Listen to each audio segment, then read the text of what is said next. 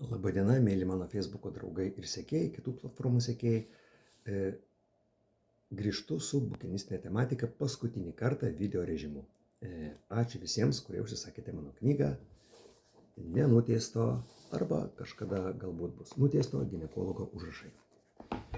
Ir paskutinį kartą noriu publikuoti, parodyti sąrašą žmonių, kurių aš nerandu. Aš jau kokią 20 radau, tu sunkiai, jūs į mane kreipėtės.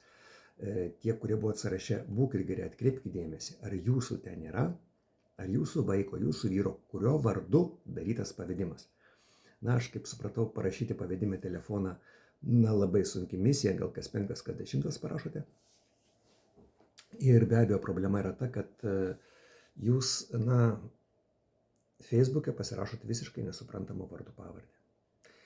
Aš suprantu, galbūt Nijolės Gimdavičienės pirmasis vyras Gimdavičius jai suėdė gyvenimą. Bet supraskite, miela Gimdavičienė,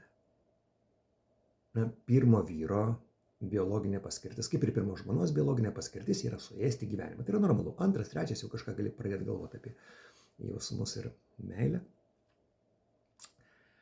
Tai Facebook'e jūs taip pat grįžtate prie mergautinės pavardės, ne Gimdavičienė, o Sėklidytė, ir neįmanoma jūsų surasti. Aš jau išmokau ten rasti, ten jungiu tokią Androido paiešką, ten pagal susirašinėjimo minėtus vardus jau atkasu, šiaip ne taip, bet vis tiek labai sunku. Ir kai kurių, kuriuos aš paminėjau, kai kurių aš neatkasiu.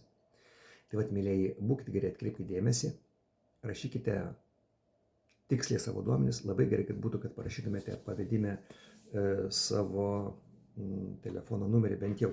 Dabar žiūrėkit, kam yra problemos tragizmas. Aš tam antram puslapį parašau jums ir kreipinį, ir palinkėjimą, ir pasirašau. Parašau tokiu storu šriftu. Aš jau netaupau minčių, ypatingai jeigu šiek tiek pažįstamam žmogui. Arba pagal Facebooką gali kažkokią tai jo ypatybę atsekti. Ir kada grįžta ta knyga atgal, grįžta tokia, pavyzdžiui, kad ir net ir iš užsienio, jau ta knyga būna sugadinta.